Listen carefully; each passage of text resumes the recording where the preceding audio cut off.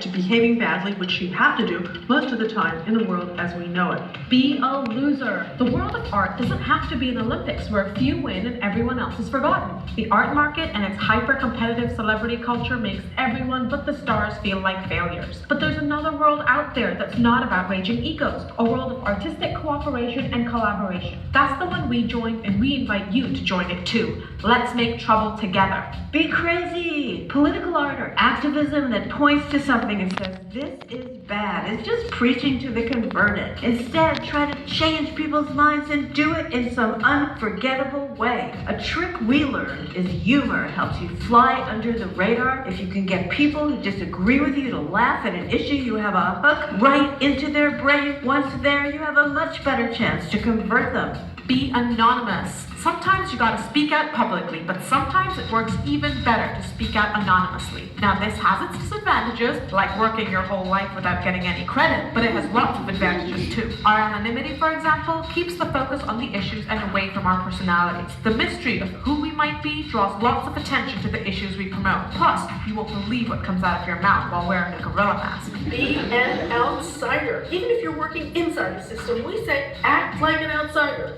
Seek out the understory, the subtext, the overlooked, and the downright unfair. Then expose it. Jam your culture. Remake your institution. Just do one thing. If it works, do another. If it doesn't, do another anyway. Don't be paralyzed if you don't get it right every time. Just keep chipping away. We promise that bit by bit, your efforts will add up to something effective. Artists, don't make only expensive art that billionaire art collectors can afford. Curators, don't exhibit only the expensive art your trustees donate. Let's have more cheap art that everyone can own, like books, zines, music, and movies, like our posters. Show museums tough love. It's unethical that wealthy art collectors who invest lots of money in art can become museum trustees overseeing institutions that in turn validate their investments. It's a lousy way to write and preserve art history. Demand ethical standards inside museums. No more conflicts of interest or insider trading. No more cookie-cutter collections of art that cost the most. Convince art collectors their collections are inferior with only work by white male artists.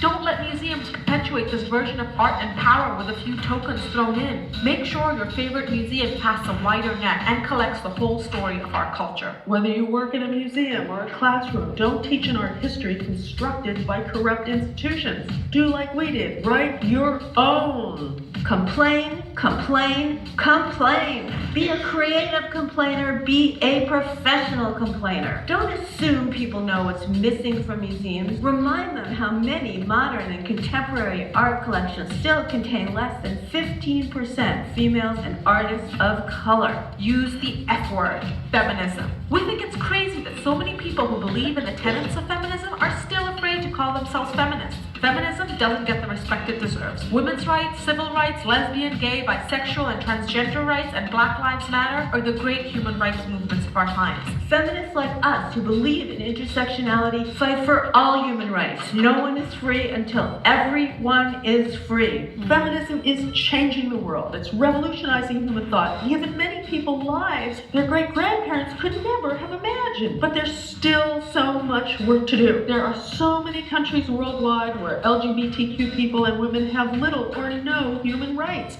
90% of transgender employees have faced discrimination or harassment at work. In the US, no federal law protects them, even though nearly 80% of voters support such a law. Then there's rampant sexism in the tech industry, including the harassment of female gamers. And what about the gender earning gap that the US Congress refuses to move against? Violence and abuse against women, gay, and transgender people is still a huge international problem. From gang rape in India to kidnappings in Nigeria to sexual slavery by ISIS to the negligible punishment given out for domestic violence in America. Trans women are assaulted and even murdered in the US.